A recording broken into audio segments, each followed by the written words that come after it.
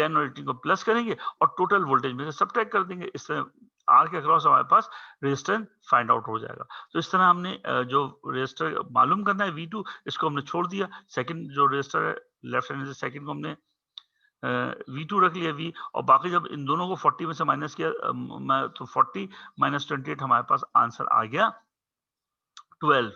तो इस तरह ऑप्शन ए जो है वो करेक्ट होगा। तो ये तो सिंपल वोल्टेजेस से हम कैलकुलेट कर लेंगे, प्रॉपर्टी है सीरीज सर्किट की, तो उससे हम सॉल्व कर लेंगे। इसलिए जो थ्योरी में आपको मैंने पॉइंट्स दिए हैं वो अच्छी तरह आपके माइंड में होने चाहिए। Next question number 11। Question number 11 में दिया है, a charge of 45 coulomb flows in through an electric appliance in 3 minutes, what is the average current in the appliance. अब आपको पता है कि करंट मालूम करने का फॉर्मूला वही है I equal to Q upon T. अब यहाँ पे क्यू दिया गया आपको 45 कूलम 45 और टाइम दिया गया 3 मिनट्स, तो मिनट्स को हम सेकंड में कन्वर्ट करेंगे तो ये हो जाएगा 60, और जब इस 45 डिवाइड बाय 3 मल्टीप्लाई 6 को सॉल्व करते हैं तो आंसर हमारे पास आता है 0.25 एम्पियर। तो इस तरह हमारे पास ऑप्शन ए जो है वो करेक्ट होगा। अब आ जाइए क्वेश्चन नंबर 12। क्वेश्चन नंबर 12 में दिया गया है आपको 1 resistor and 2 resistors are 1 ohm resistors होंगे, ठीक है, at 2 ohm resistor are connected in series across a 12 volt DC supply, what is the current in the circuit. तो आपके पास सिंपली इन दो रेजिस्टर्स, ओम इसमें यूनिट शो नहीं है, ये दोनों रेजिस्टर ओम में होंगे, 1 ओम एंड सेकेंड ओम। तो हम सिंपली जब सीरीज की बात की तो सीरीज में क्या होता है, वो रेजिस्टर्स को ऐड कर लेते हैं, तो 2 और 1 कितना हो जाएगा, टोटल आप देखें 3 रेजिस्टर्स 3। तो यहाँ पे 3 ओम रेजिस्टेंस जो है आपका टोटल रेजिस्टेंस होगा। अब simply formula I equal to V equal to IR, और I होगा V अपॉन R।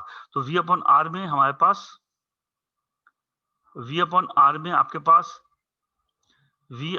कितना है 12, और R आपके पास कितना होगा, यहाँ पे हमने किया है कैलकुलेट किया, तो यहाँ पर मैं रेजिस्टेंस निकाला 3, और 3 को जब 4 डिवाइड बाय 12 बाय 3 करेंगे तो ऑप्शन आपके पास आ जाएगा 4। तो इस तरह से 4 एम्पियर जो है करंट की वैल्यू फाइंड आउट हो जाएगी।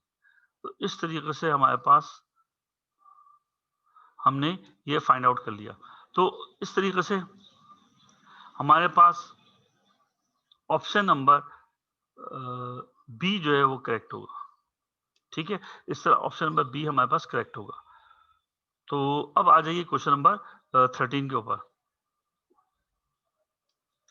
क्वेश्चन नंबर 13 में देखिए, a wire of length 1 metre has a resistance of 2 ohm when connected in a cell to a cell, the current in the wire is 3 ampere, a 2 millimeter length of the same wire is connected to the same cell। अब यहाँ पे देखिए simple एक logics भी है, थोड़ी सी calculation भी है जो आपके माइंड में होनी चाहिए, आप कर लेंगे इजीली। अगर आपके पास सेम वायर यूज किया गया तो उसमें आपसे पूछ रहे हैं कि रेजिस्टेंस और करंट की वैल्यू क्या होगी। पूछा क्या जा रहा है, what is the resistance of the wire and the current. अगर आपके पास सेम रेजिस्टर है, सेम वायर है और सेम क्वालिटी का वायर है, लेकिन उसकी लेंथ आपने डबल कर दी, जब लेंथ ट्वाइस कर देंगे तो रेजिस्टेंस भी आपको पता है डायरेक्टली प्रोपोर्शन होती है लेंथ के, तो आपके रेजिस्टेंस भी क्या हो जाएगी 4 टाइम्स हो जाएगी, ठीक है। तो रेजिस्टेंस आपके पास डबल हो जाएगी। जब रेजिस्टेंस डबल हो जाएगी तो करंट इसमें जो फ्लो कर रहा है, तो करंट लेंथ डबल हो जाए, ऑब्वियसली ये लॉजिक है कि अगर आपके पास करंट जो है वो 3 एम्पियर है, तो अगर रेजिस्टेंस डबल हो जाएगी तो करंट की वैल्यू हाफ हो जाएगी, क्योंकि वो करंट की लेंथ ये सेम रेशियो के हिसाब से डबल हुई ना। तो अगर 1 मीटर से 2 मीटर कर रहे हैं, तो अगर इसके ऊपर करंट की वैल्यू आपके पास 3 एम्पियर है, तो रेजिस्टेंस डबल होने का मतलब हुआ 2, यानी कि ये रेजिस्टेंस 2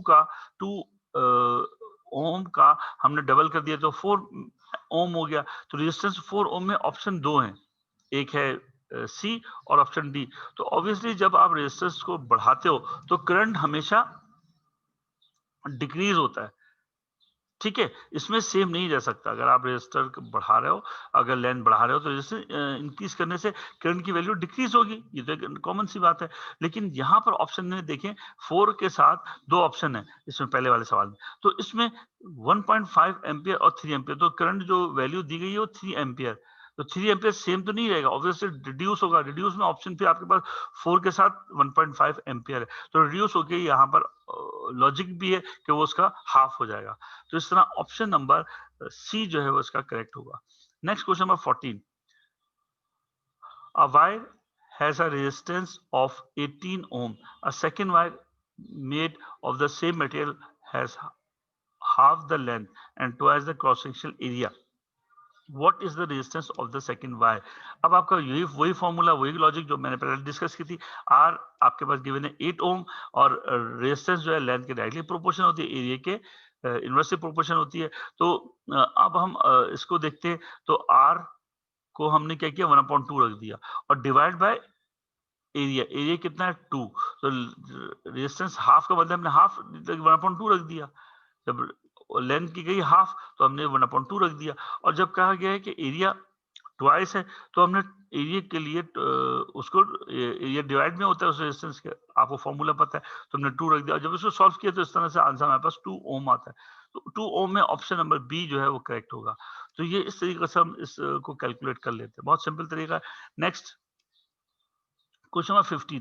क्वेश्चन नंबर 15 में आपको बताया गया two resistor of 6 ohm and 12 ohm are arranged in parallel. A potential difference is connected across the terminal X and Y. The current through 6 ohm resistor is 4 ampere. What is the current in the ammeter? अब आप ammeter में current क्या होगा, तो simply आप ये देखें कि यहां पर आपके पास करंट की वैल्यू दी गई है और रजिस्टर की वैल्यू भी दी गई है। तो अगर हम ओम्स लॉ अप्लाई करें और वोल्टेज कैलकुलेट करें, आई और आर दो वैल्यू गिवन ना, आपको आई गिवन है, आर भी गिवन है, तो इससे हम वोल्टेज मालूम कर सकते हैं। तो हमने सबसे पहले यही किया कि दोनों V equal to I R से दोनों का प्रोडक्ट लेके हमारे पास वोल्टेज कितना आएगा 24 वोल्ट। तो 24 वोल्ट यहाँ पे भी मौजूद होगा सेम, क्योंकि ये पैरेलल है तो दोनों जगह सेम आपके पास वोल्टेज होगा। ये हम पहले क्वेश्चन में डिस्कस कर चुके हैं आपसे।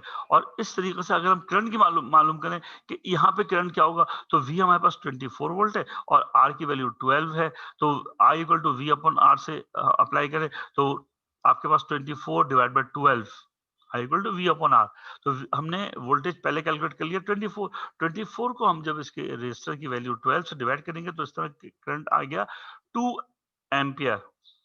ठीक है, इस तरह से ऊपर में से हमारे पास 4 एम्पियर करंट गुजर रहा है, नीचे आपके पास 2 एम्पियर करंट गुजर रहा है। और आपको पता है जो इन एंड आउट कॉम्बिनेशन में हमेशा सेम होता है, तो हम दोनों को ऐड कर लेंगे तो 4 और 2 कितना हो जाएगा 6। तो सेकंड 12 ओम के अक्रॉस हमारे पास जो इसमें से करंट गुजर रहा है वो हमारे पास है 2 एम्पियर। तो दोनों करंट ऐड हो जाएंगे तो टोटल हमारे पास जो करंट की वैल्यू बन गई वो है 6 एम्पियर। तो इस तरह ऑप्शन नंबर बी जो है इसमें करेक्ट होगा। अब आ जाइए क्वेश्चन नंबर 6। Question number 6 में the circuit diagram shows 3 resistors in parallel with a battery. ठीक है, what is the effective resistance of the 3 resistor? These 3 resistor. अब effective resistor वर्ड उन्होंने चेंज कर दिया, जैसे स्टूडेंट कंफ्यूज जाते हैं। effective resistance means total resistance है। तो टोटल रेजिस्टेंस के लिए सिंपली वही फॉर्मूला जो आपसे मैं क्लास में डिस्कस कर चुका हूँ। तीनों की आपने क्या करना है, रेसिप्रोकल ले लिया और रेसिप्रोकल के ऊपर माइनस लगा दीजिए, -1 1/4